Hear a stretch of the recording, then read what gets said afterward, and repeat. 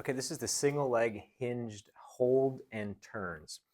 What we're doing in this position is we want to hold these joint angles for a long time.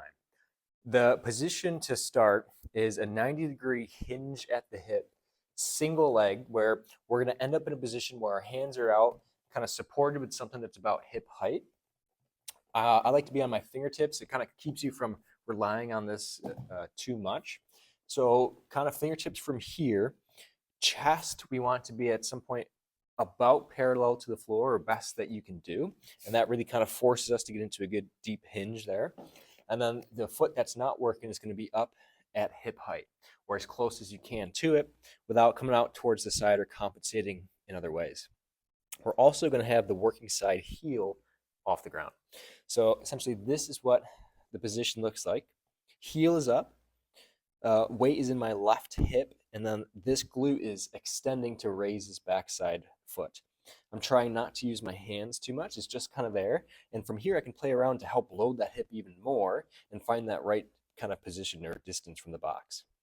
In that position, we want the heel high, and you're making sure, playing around to make sure that your pelvis isn't helping you by staying open like this the whole time. So we want to get to a point where belt buckle is pointing straight down, and that'll be our neutral position. What we do from there is just hold. So we can play around with a 20-second hold to start, 30 seconds, 45 seconds maybe even. What we want to do is get a good hold in, and then what I like to do is some turns once we've done our initial hold. So from here, once we've held for however long, say 30 seconds, now I want to work into 3 turns where belt buckle turns as far as I can get it, and then I control it on the way back home. Try not to lose that hinge position or my chest position. Turning through the hip, coming back home, and we're always trying to keep that backside foot up and elevated. Once we finish those turns, we can do 3, 4, 5, 6, we can do 10. We can only do the turns in that position and not do the hold if we want to. Either way, what I like to do is finish those turns and then finish with another 20-ish or 30-second hold, really to kind of push it.